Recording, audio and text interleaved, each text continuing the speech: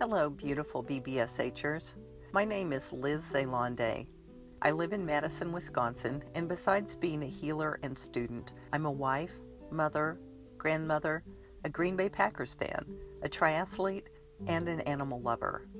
At age 64, I'm also considered a senior citizen, and I'm deeply cognizant of the issues of aging. My service project titled Aging and the Power of WOOF combines the theme of aging with my love of animals. I've been told that the elements of a story are who, what, when, where, why, and how, so I'll be launching the story of my project using mostly those basics. What did I do? For the past 6 years, I've been taking my dogs, Emma and Mickey, to visit residents at Nazareth Health and Rehabilitation, a nursing facility in Stoughton, Wisconsin. Some people might refer to it as an old folks' home. The residents of Nazareth are people with broken parts that range in scope from injuries requiring short-term rehab to conditions such as dementia, missing limbs, morbid obesity, and aging bodies that will never improve. A few residents will be there for a matter of weeks or months, but most will be there for the remainder of their days. Although dogs and cats are welcome to visit, residents aren't allowed to have companion animals live with them. So besides losing their independence, their health, and other parts of their lives, many have had to give up their beloved pets. Getting to hold or stroke a dog or receive a doggy kiss is the highlight for many of my Nazareth clients. How did it go? When I began volunteering at Nazareth in August 2011, 2 years before I started at BBSH, I was given very little guidance. Just go from room to room, which was 3 floors and 99 rooms, asking each resident if he or she wanted a dog visit. I am not good with lack of structure, and some of the refusals were pretty damned rude. Get that thing out of here! What are you doing here with dogs? Some just stared at me with no response. Those who were longing for some puppy love were absolutely overjoyed that we were there. But even those, for the most part, had needy, sucking energy, which I found hugely uncomfortable to be around. All of this in an atmosphere of pain, aging, and suffering. I was glad for the joy the dog visits brought to some, but my overall experience was awful. My initial feelings were, I hate this. I would go home after a visit physically exhausted and emotionally drained. Over time, I got to know the people, their room numbers, names, faces, and their stories. I had my little band of regulars. I still dreaded the visits, but I started feeling a little better about them. I still went home emotionally and physically exhausted, but not as much. I was still defended about any room that didn't look entirely inviting, and I would avoid those.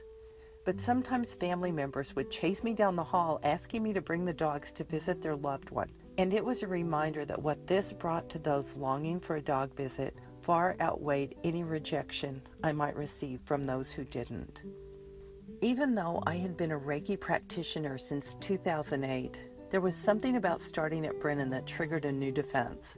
The guilt of not immediately healing all of these people. I didn't consciously view it that way, but in retrospect, that was the essence. I'm a healer. Why aren't they healed? It's not that I did energy work on them, since I don't work on people without their permission, but I still felt guilty, as if I should be doing more. And if I were good enough, they wouldn't be suffering. This has been a conscious process of learning that holding space for them, holding their suffering with compassion and non-attachment, and, oh yeah, bringing some dogs to visit them. It's good enough.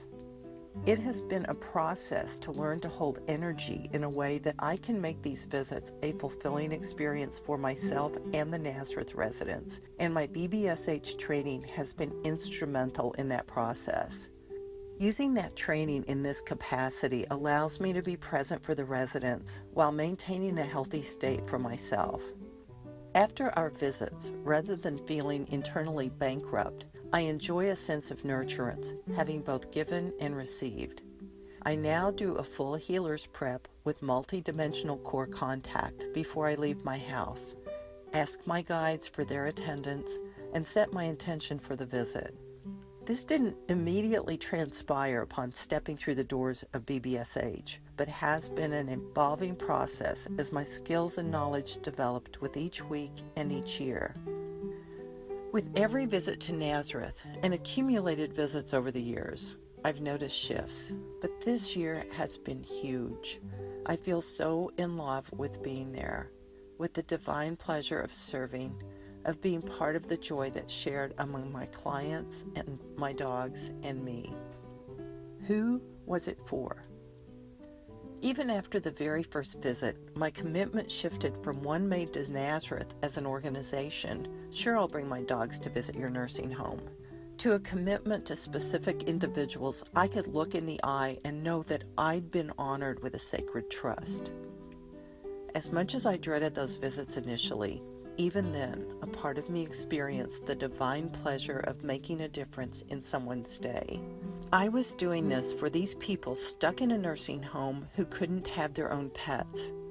But I found this to be parallel to the story that I rescued my dogs from high kill shelters. Who really rescued whom? Have I rescued Emma and McGee, or do they rescue me every day? Have I served the residents of Nazareth, or have they beautifully and patiently demonstrated for me what it means to bear some of life's heaviest burdens with grace and dignity? I have no doubt that Emma, McGee, and I have rendered a valuable service to the residents of Nazareth, and I'm equally sure that this ultimately has been for my own highest good. What have I learned? The transformative power of service, and that it goes both ways. To give with little or no expectation of any return, and to know the value of that service is one side of the coin. I see what a difference it makes to my clients as they receive our visits, to know that they are not forgotten and that they are valued. Then a little unexpected miracle happens. They start returning the service as bright stars of wisdom, entertainment, and love. Sometimes they even have a stash of dog treats to share. None for me, thanks. I learned that it's not my responsibility to heal everyone, but only to hold space, love, and respect for them, and that is healing for all of us. I've learned the value of facing suffering. It can be excruciating to be in an environment where pain, aging, and death are the prevailing conditions. Harder still is to take in that it's eventually part of every human experience, including mine. The gift is in the surrender. To be able to look into the fear and into the seeming ugliness and to find what beauty lies therein is the ultimate divine pleasure. What is the life that has been and is being lived? Where is the love? What are the delightful individual quirks? What are their stories? Among lessons learned, the residents of Nazareth have validated my conviction that the Green Bay Packers are an absolute survival tool. I haven't known of a single Packer fan at Nazareth, and this is Wisconsin. There are a lot of them, even in a nursing home. Not one has died during football season. And discussing a game, no matter how bloody awful the Packers played, completely animates them. Every day I take the lessons of Nazareth into my life and try to keep in mind what makes a difference. Maybe it's a parallel to what would Jesus do, but more along the lines of, would I consider this important looking back on it from my wheelchair in a nursing home? A lesson I'd already learned, but that Nazareth has highlighted is, dogs are always a priority. Never underestimate the power of WOOF. Thank you so much for the honor of sharing with you this experience, sharing my beloved dogs Emma and McGee, and sharing with you my wonderful clients at Nazareth.